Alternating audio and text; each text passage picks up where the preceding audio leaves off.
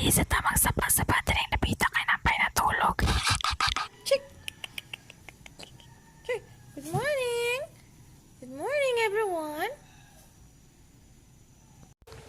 Good morning everyone! Today is Saturday, January 16, and as you can see, landong pagyahapon kay ang panahon no, so bugnaw kaayo kay pero may siya gaulan-ulan, taligsik-taligsik. So, atong buhaton karon mga pita, mga zay. O, nakoy ano dari sa leftover nga pan. Niya, ato ni siyang initon nga walay oven zay kay wala man tay oven zay so di lang gyud na pangitaon ng mga wala zay no busa karon ato ni siyang diskartihan unsaon na to ni siya pag-init. Char! Unya butangan ako ni siya cheese sa ibabaw para mas mulami pagid siya sama nako. Char! Mas daghan og cheese day, mas lami gina siya day, no? Labi naghilig jud og cheese sama nako.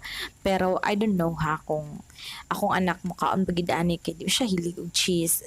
I mean siguro mo kaon siya pero kuha na to siya cheese unya.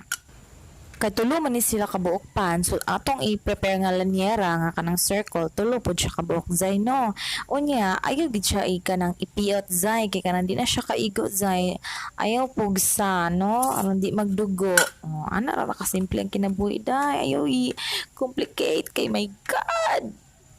So every time nga nami mga leftover nga mga bread, mga jay, nga niyo na ginako siya pag diskarte para walay usik, no? Ingani una ni siya pag-init mga zay no pagbutang og tubig sa kalha unya inig mo action na siya bukal ipangbutang ang lanyera nga naay katong pani mo unya pagkahuman imo ra ni siyang takluban dayon imo din siyang pahinayan syempre kay aron way kalas gasol zay kay mahal ng gasol zay pag human magtaklob after 5 minutes okay na siya.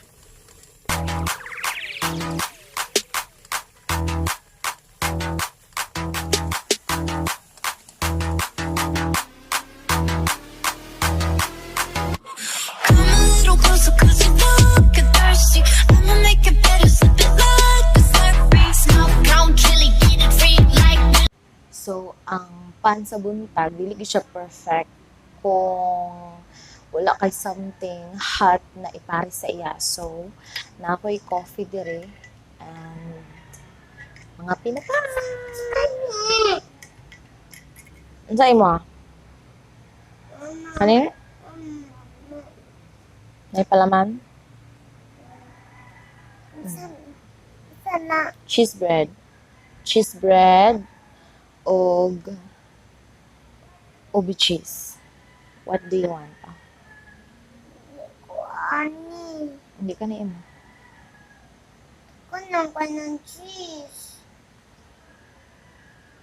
Ayaw butong ito ng cheese.